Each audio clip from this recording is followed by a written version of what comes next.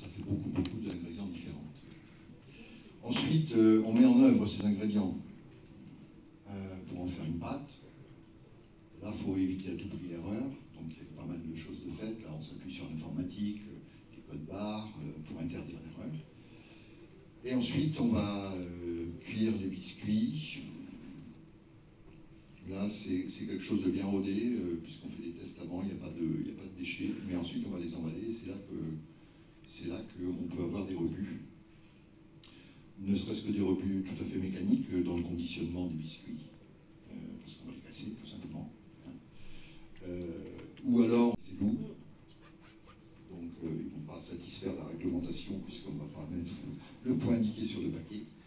On peut avoir des petits défauts. J'en ai amené ici, là, par exemple, on a déclassé des biscuits au chocolat, enrobés de chocolat, parce qu'on a jugé que l'aspect était trop mat. Et puis aussi, 250 recettes, ça veut dire aussi un gros travail de recherche-développement, c'est-à-dire qu'on va faire beaucoup d'essais industriels qui ne possèdent pas encore les emballages pour être vendus dans le circuit traditionnel. Et qu'est-ce qu'on fait de ces biscuits? Donc, on a plusieurs façons de faire. Des biscuits qui sont brisés, cassés, presque pour toutes les recettes, mais pas toutes. On peut, c'est une vieille tradition biscuitière, on peut les écraser et les réincorporer dans la pâte. Ça, c'est ce que l'on fait pour beaucoup de biscuits simples, comme le sapellerie, par exemple. Ce que l'on peut faire également, de tous ces biscuits qui sont tout à fait consommables, mais qui ne sont pas vendables, entre guillemets. Alors là, bien sûr, on travaille avec des ONG, hein, on travaille avec les Restos du Cœur locaux, on travaille avec le Secours populaire également.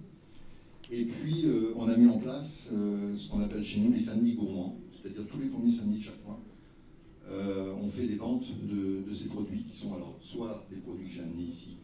J'ai amené le biscuit qui était trop mat, mais j'ai aussi amené une surproduction légère de biscuits qui étaient destinés à être vendus à Noël, puisqu'ils ont des formes de boules de sapin et autres.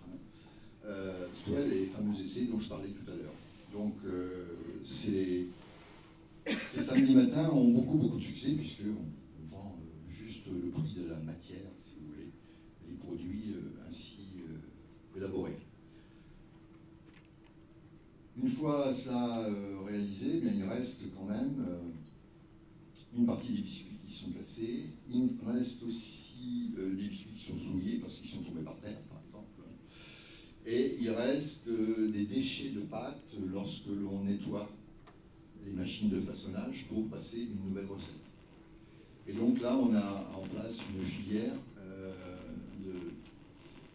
destinée à l'alimentation animale, une filière tracée, qui nous permet de vendre, entre guillemets, ce qu'on appelle plus des rebuts, mais là peut-être des déchets, pour l'alimentation animale.